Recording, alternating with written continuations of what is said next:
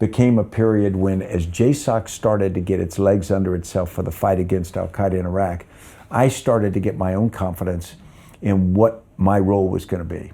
And it was much more active than I had expected. I expected to get orders and we would go do stuff. I didn't get any orders. Nobody above me was giving me anything other than try to beat those guys.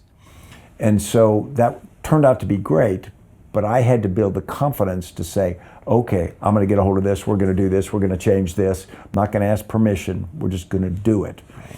And the more you do it, the more comfortable you feel doing that, but it's a growth process. Right. And the whole command has to kind of grow with you.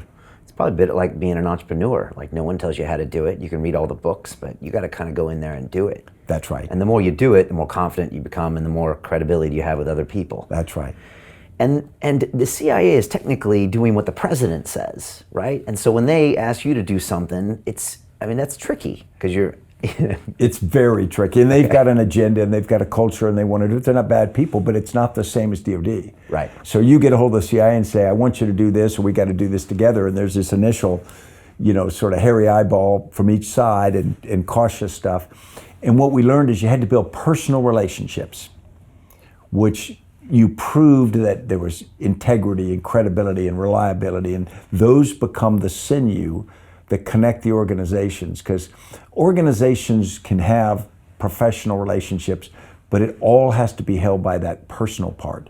So that ultimately, if Stan McChrystal asks them to do or asks somebody to do it, they'll do it largely because of that, and vice versa. And so that was a real education for me. I thought that process-wise organizations did that, and they don't do it as much. And the same in the corporate world.